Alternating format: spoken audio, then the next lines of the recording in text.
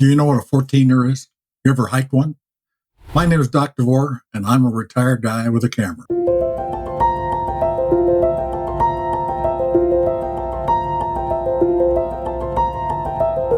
The year 2024 was and always will be a memorable one, both for joy as well as for sadness.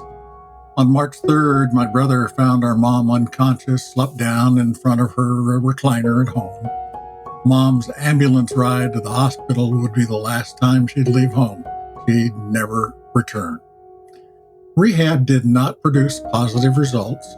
Mom fell again, went to rehab again. It seemed as if progress was being made, but she fell again and went to a different hospital. In December, Mom passed away at a nursing home while my brother and sister sang her a lullaby. Yet, there was also joy during the year. For example, being able to spend time with Mom at the second hospital and visiting her at the nursing facility with our number one daughter and our two grandchildren. Not long after this photo of granddaughter Vivian with my mother, we all headed home. That's the trip I want to share with you today. After watching my video about our 2025 summer trip, our last trip just recently, to Grand Teton and Yellowstone National Park, this video here, I'll leave a link in the comments, my sister Bev commented, but the highest Rocky Mountains are in Colorado, the real mountains. Well, she's right. Grand Teton tops out at 13,775 feet. The majestic view is amplified by the 7,000-foot elevation from Jackson Hole Valley, which averages about 6,700 feet, so a rise of about 7,000 feet. And then it dawned on me. I'd started working on this video of that 2024 trip, but never finished it. For some reason, I never got around to sharing the joy of wending our way to Beulah, Colorado. It was kind of a home base during my first 16 years on this planet. Look for some videos about the Beulah Valley soon. Now would be a good time to click that subscribe button, by the way. So, let's take a drive.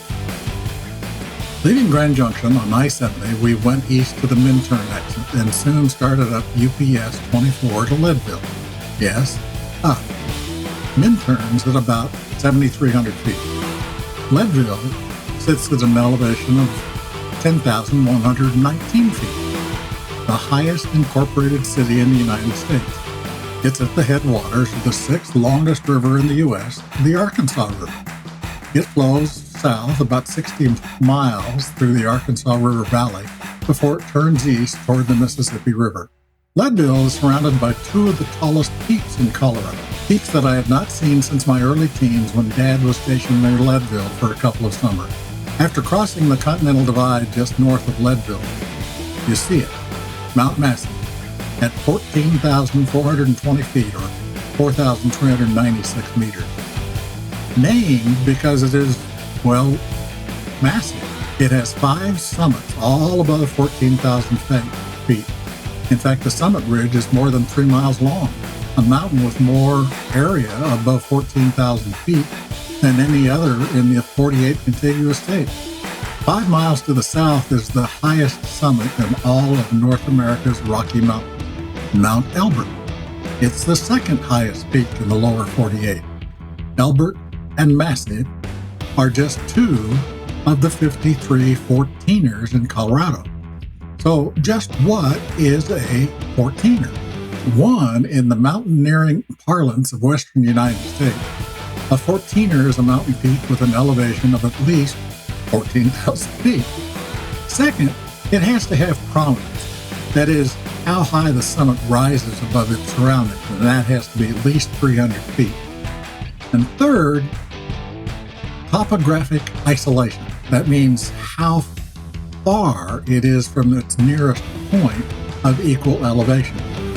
For example, here you can see the 5 summits of Mount Massive, all of them above 14,000 feet.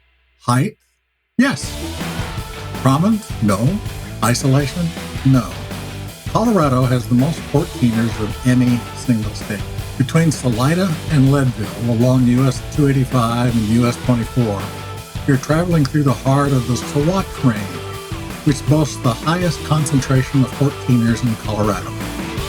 On a clear day, you can see at least 12, maybe even 14 of the prominent 14ers from the highway, depending on the visibility and your exact vantage point.